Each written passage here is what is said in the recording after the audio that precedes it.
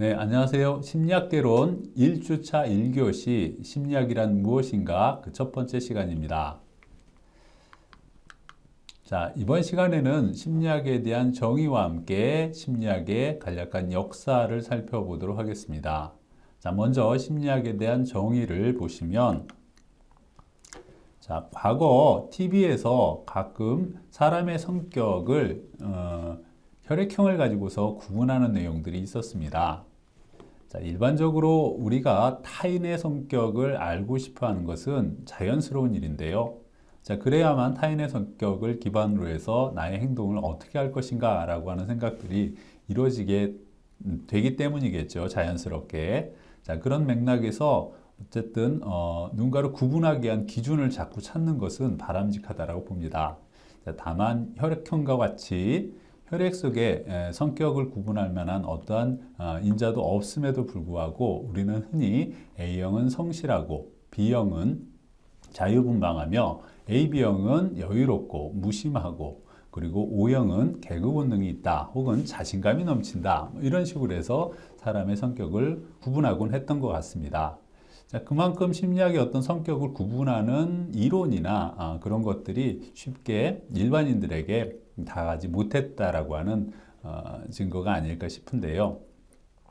아시는 것처럼 혈액형을 가지고서 사람을 구분하는 것은 나치 독일이 유태인의 어떤 말살 정책에 대한 정당성을 확보하기 위해서 만들어낸 것이고 또 그것을 일본에서 가져와서 또 일본에서 유행하는 것들을 우리나라에서 이제 받아들인 어떤 결과라고 할 수 있겠습니다.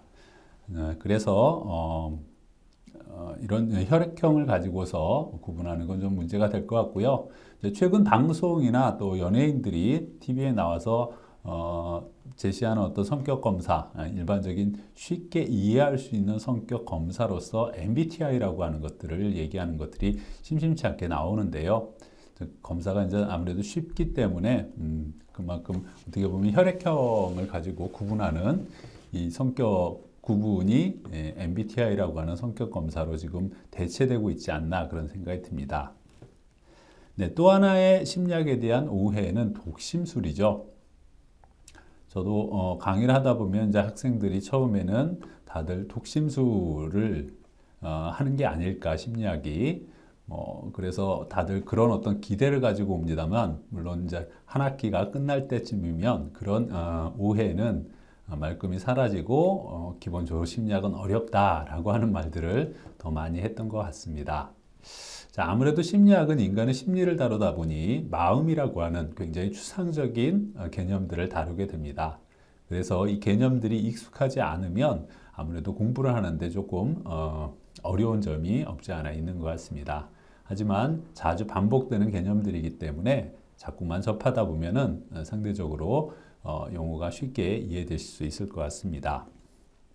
네, 심리학에 대한 오해는 간단히 이 정도로 하고 더불어서 우리가 이제 심리학을 이해하기 위해서 타 학문과의 어떤 비교를 좀 해보도록 하겠습니다.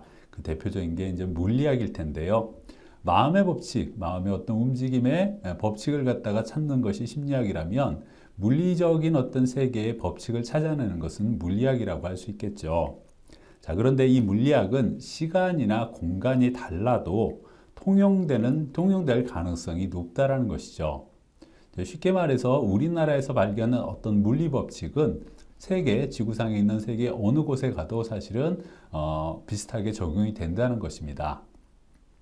그리고 연구 대상을 갖다 관찰할 수 있다라고 하는 그런 측면들이 있죠. 실질적으로 우리가 자를 가지고서 그 어떤 대상의 길이를 갖다가 측정할 수도 있고, 그죠? 저울을 가지고서 대상의 무게를 갖다 측정할 수도 있습니다.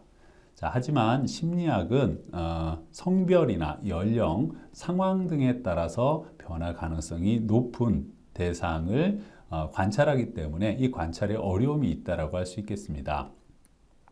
사람의 마음을 측정하다 보니 이 보이지 않는 개념을, 추상적인 개념을 측정한다는 측면에서 측정의 어려움도 다소 있습니다. 그리고 거기에서 찾아낸 어떤 이론이 모든 사람에게 적용되는 것도 아닙니다. 서구 세계나 아니면 상대적으로 아시아권에 있는 사람들의 생각은 문화권에 따라서 조금씩 차이가 있다는 것이죠. 자, 그래서 처음에 심리학